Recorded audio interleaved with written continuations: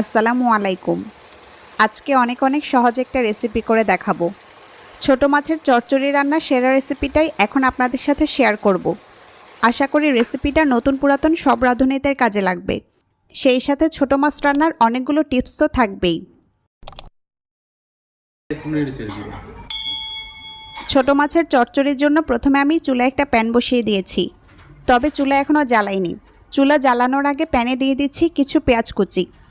ছোট মাছের চচ্চড়িতে পেঁয়াজ একটু বেশি দিতে হয়।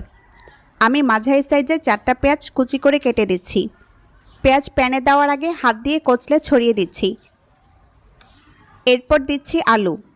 আমি একটা বড় সাইজের আলু চিকন ও কুচি কুচি করে কেটেছি, দেখেই বুঝতে পারছেন।